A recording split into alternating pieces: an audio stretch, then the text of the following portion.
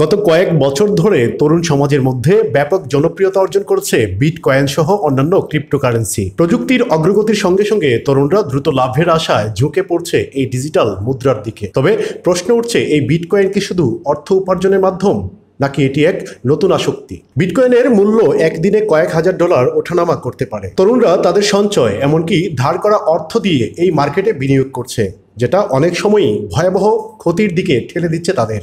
অনেক তরুণ দিন রাতের ঘুম হারিয়ে ফেলেছে এই বাজারের ওঠানামা ট্রেক করতে গিয়ে। ক্রমাগত স্ক্রিনের দিকে তাকিয়ে থাকা অস্থিরতা, উদ্বেগ এবং হতাশা জন্ম নিচ্ছে। ক্রিপ্টোকারেন্সি ব্যবহৃত হচ্ছে অনেক সময় মানি লন্ডারিং, ড্রাগ কেনাবেচা এবং সাইবার অপরাধে। তরুণরা অসাবধানতাবশত বা লোভে পড়ে এই অপরাধমূলক কাজে জড়িয়ে পড়ছে। আরও একটি বড় সমস্যা হচ্ছে দ্রুত বড়লোক হওয়ার মানসিকতা। ইন্টারনেট এবং সোশ্যাল মিডিয়াতে ক্রিপ্টো মিলিয়নিয়ারদের জীবনযাপন দেখে তরুণরা বাস্তবতা ভুলে যায়। তারা ধরে নেয় এই পথেই সাফল্য। ফলস্বরূপ শিক্ষা, ক্যারিয়ার বা নৈতিকতার দিকে মনোযোগ হারিয়ে ফেলে।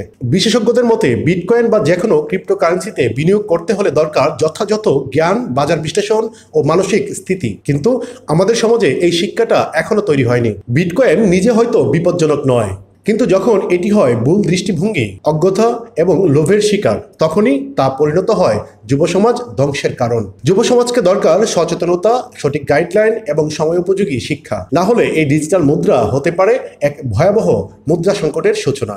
ডেস্ক রিপোর্ট, প্রতিফলন।